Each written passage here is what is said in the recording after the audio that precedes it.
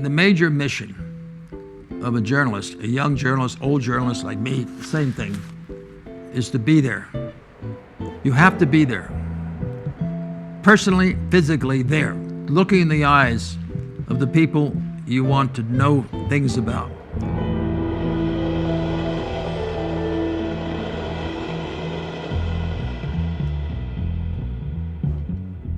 You can't use the telephone. When I was a young journalist at 21, an old reporter said, don't ever go to the phone, go there. You can't talk on the phone and get a story.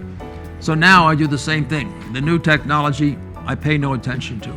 I don't interview through email, or I don't have a cell phone. I don't have a tape recorder, never did. I want to be there and ask questions or have questions asked of me in a way of mutually exchanging ideas, but doing it personally.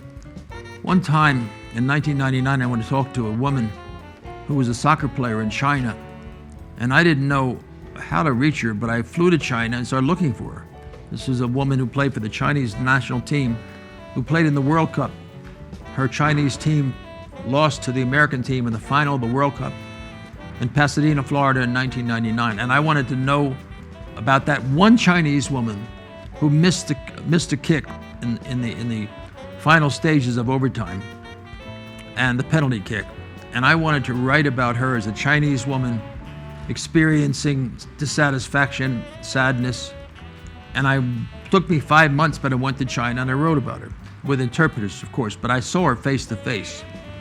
I always believe you have to be face to face. And I believe the satisfaction I've gotten at age 83 from 60 plus years of being published is I never felt now that I did anything I'm embarrassed about. It's not that I'm a guiltless person, I'm a very sensitive person, but I have also been very sensitive when I talk to people to be sure I'm being fair. And I am convinced that I have been, and what I can say is, by way of evidence, I've never received in all these 60 plus years a letter from a person I interviewed saying, you did me wrong, you betrayed me, you said you weren't going to use this and you used that, you violated my privacy. I didn't, but I've invaded privacy constantly, but always with the permission of the person. And when I finally wrote what I wrote, I was satisfied that I did the best I could. And more important, the person that was the subject of what I wrote did not ever say, you did me wrong. And I can go back to anybody I've ever interviewed. If they're still alive, I can do a second interview with them. That's what brings me my Nobel Prize. I never won the Nobel Prize. I don't care if I ever, it's not an issue at all, but that is my prize to myself.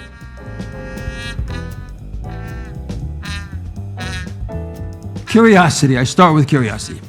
I have a curiosity about a subject or a person.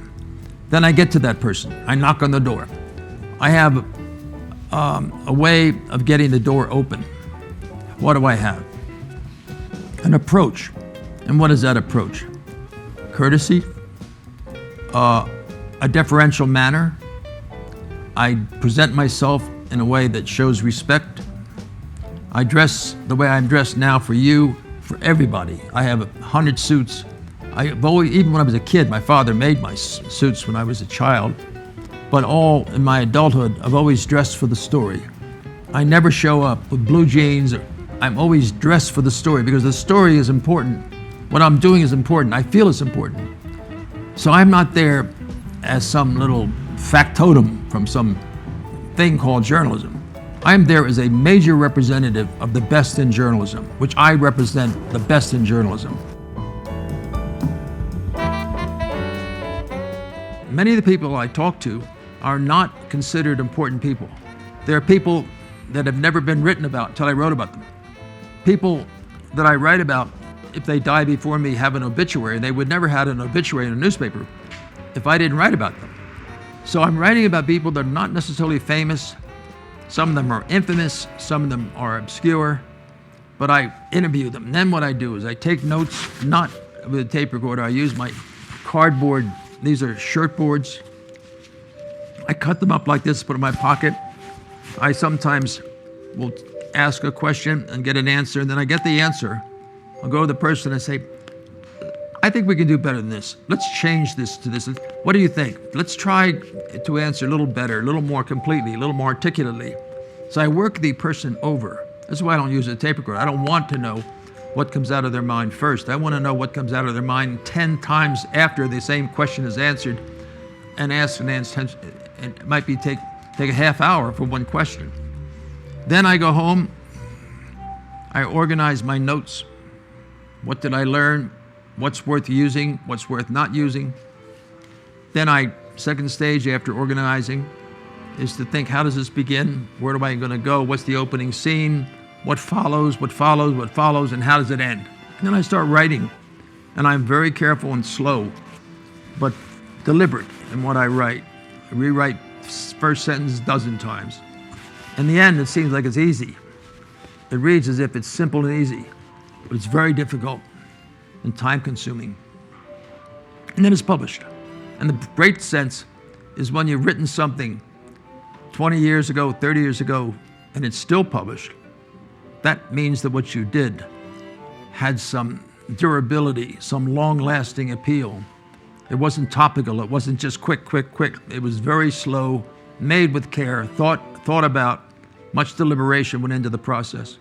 And then it's like a good song, an opera, a painting, a photography, or a photograph that lives on because it was treated with great care and responsibility and effort. That's what I do.